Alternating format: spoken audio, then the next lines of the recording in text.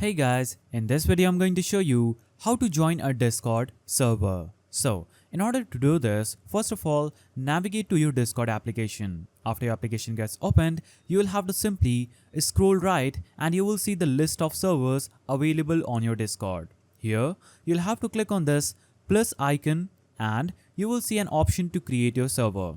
On this page, you'll have to simply click on join a server button at the bottom. Now, when you click on this button, it is going to prompt you to this page where you will have an invite link section. Here, you'll have to simply type in https://discord.gg/ then enter the name of the server that you want to join and click on join invite link. After that, you would have successfully joined that Discord server. What you can also do is simply navigate to any browser on your PC and search for the type of server that you want to join or whatever server you're going to join and click on the list of that server. From here, you can select any of the server that you want to join. After you click on that link, you'll be automatically promoted to this page where you can click on join server button, and this is going to open your application where you'll have to just click on accept invite. After that, you would be successfully logged into that server. As you can see, I joined Fortnite's official server